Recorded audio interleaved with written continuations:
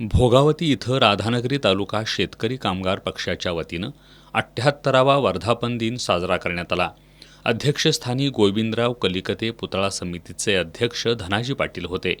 सुरुवातीला ध्वजाचं पूजन शेकापचे तालुका चिटणीस विष्णुपंत एकशिंगे यांच्या हस्ते करण्यात आलं, तर शिवाजी सावंत यांच्या हस्ते ध्वजारोहण करण्यात आलं.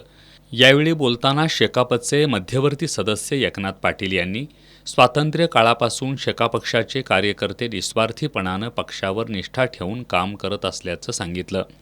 भोगावती परिसरातील राजकारण बदलण्याची निर्णायक ताकद शेकाप पक्षात असल्याचा दावाही त्यांनी केला.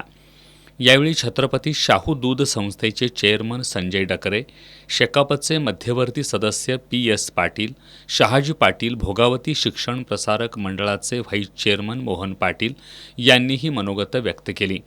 यावेळी भोगावती साखर कारखान्याचे संचालक दत्तात्रय पाटील, दौलत कांबळे, शिवाजी वाघुर्डेकर, आनंदा पाटील, सुधाकर चव्हाण, भगवान पाटील, अभिजित पाटील, बाळासाहेब पोवार, शांताराम पाटील यांच्यासह राधानगरी तालुक्यातील शेकापचे कार्यकर्ते उपस्थित होते.